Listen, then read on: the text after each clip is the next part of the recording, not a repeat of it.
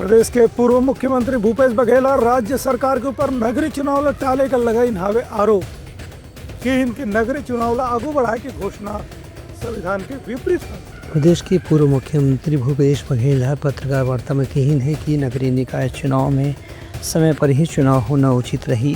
राज्य सरकार पर भूपेश बघेल आरोप लगाई है कि नगरीय निकाय के चुनाव ला राज्य सरकार हर जानबूझ के समय से आगे टालने के प्रयास करे थे, जबकि संविधान के अनुसार 5 साल के समय सीमा पूरा होने से पहले चुनाव कराना जरूरी होते।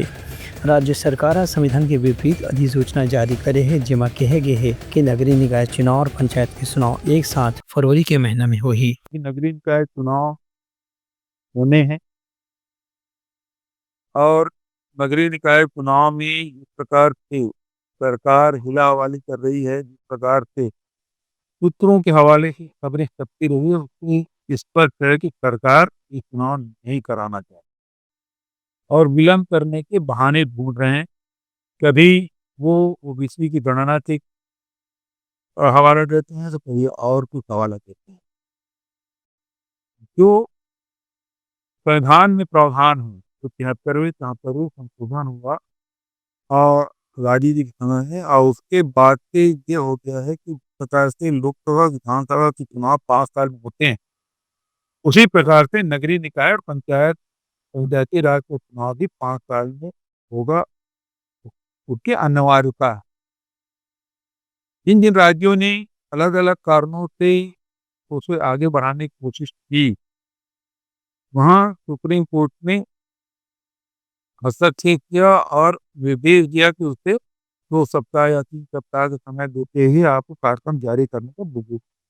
ये पंजाब में हुआ है और ये मध्य प्रदेश में हुआ है। पंजाब का अभी रिसेंटली हुआ है।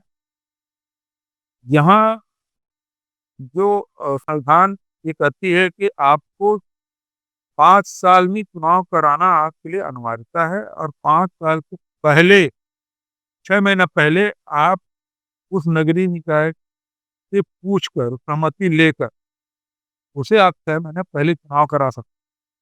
लेकिन कहीं ये प्रावधान नहीं कि 6 महीने पहले 6 महीने बाद आपको चुनाव कराना, ये अधिकार आपको संविधान नहीं देता।